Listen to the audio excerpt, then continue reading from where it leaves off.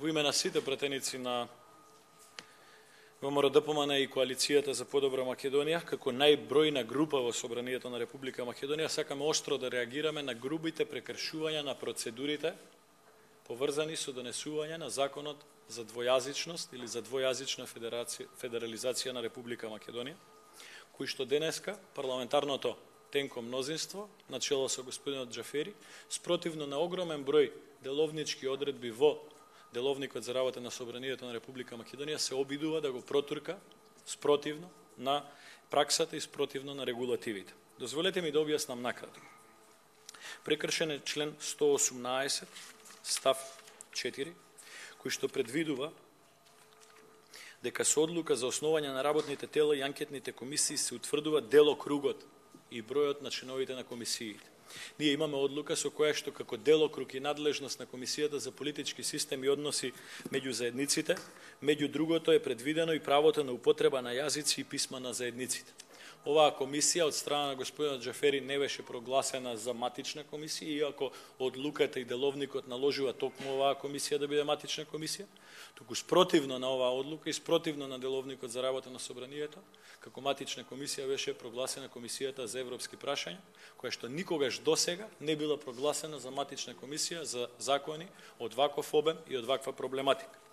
Понатаму, прекршен член 135 став 4, кој што предвидува дека кога предлог на закон содржи одредби со кои се врши усогласување со правото на Европската Унија, во воведот на законот се наведуваат и податоци за изворниот акт на Европската Унија со пол назив, број и датум. Во воведот на овој предлог закон не постои изворен акт, не е наведен изворен акт на Европската Унија со пол назив, број и датум, заради тоа што таков правен акт на Европската Унија воопшто и не постои. Но што е значајно? Значајно е дека во членот 135 со ова прашање и со неколку други прашања се регулира комплетноста на поднесокот на предлог закон во процедура на собрание. Значи, ова е неопходен услов за да може да се смета дека законот е комплетен и е во согласност со деловник за понатамошна постапка.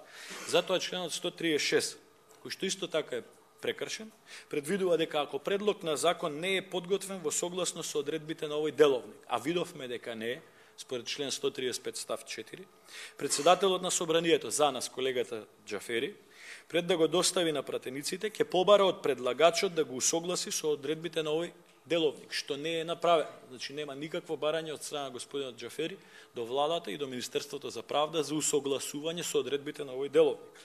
Ако предлагачот не го дополни предлог на законот во рок од 15 дена, што не е направено, се смета дека предлогот на законот не е поднесен.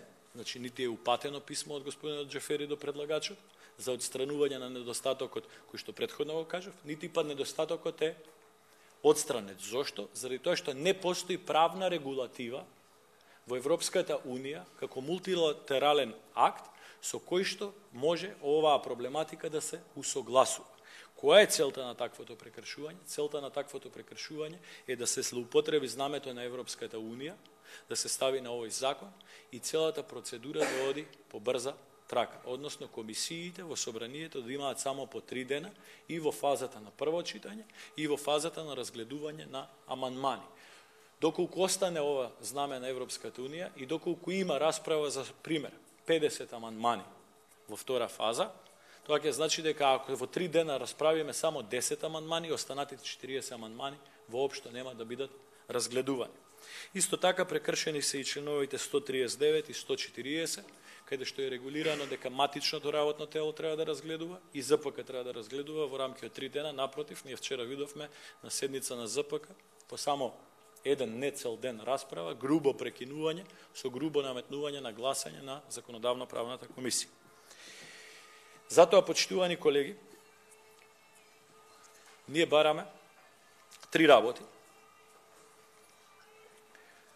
кои што се однесуваат на суштински и суптилни прашања. Прво, со овој закон очигледно е дека се прекршува и на некој начин се поништува Охридскиот рамковен договор.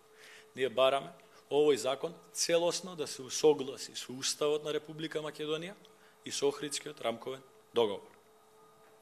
Второ, бараме да се отстранат сите процедурални прекршувања, кои што се направени свесно, за да може собранието во една нормална атмосфера, нормална состојба и широка состојба да расправа за прашањата поврзани со овој закон.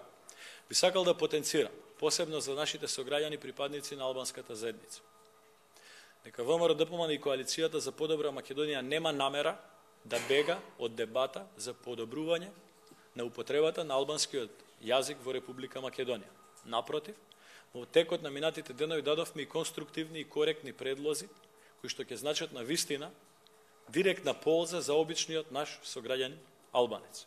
Истото го мислиме и за дебата, која што ќе значи и подобрување на употребата и на другите јазици споменати во нашиот устав, мислејќи на турскиот јазик, српскиот јазик, ромскиот јазик, босанскиот јазик и влашкиот јазик. Заради тоа што според Уставот на Република Македонија и според рамковиот договор, Република Македонија е граѓанска држава со унитарен карактер и мултиетничко општество. Ние го почитуваме тоа и сакаме да го надоградуваме во постапки кои што ќе значат подобрување на интеграцијата во општеството. За жал, овој закон ќе направи двоен правен систем, овој закон ќе направи двојна држава, овој закон ќе направи фактичка јазична федерализација на Република Македонија, што е спротивно на Охридскиот мировен рамковен договор.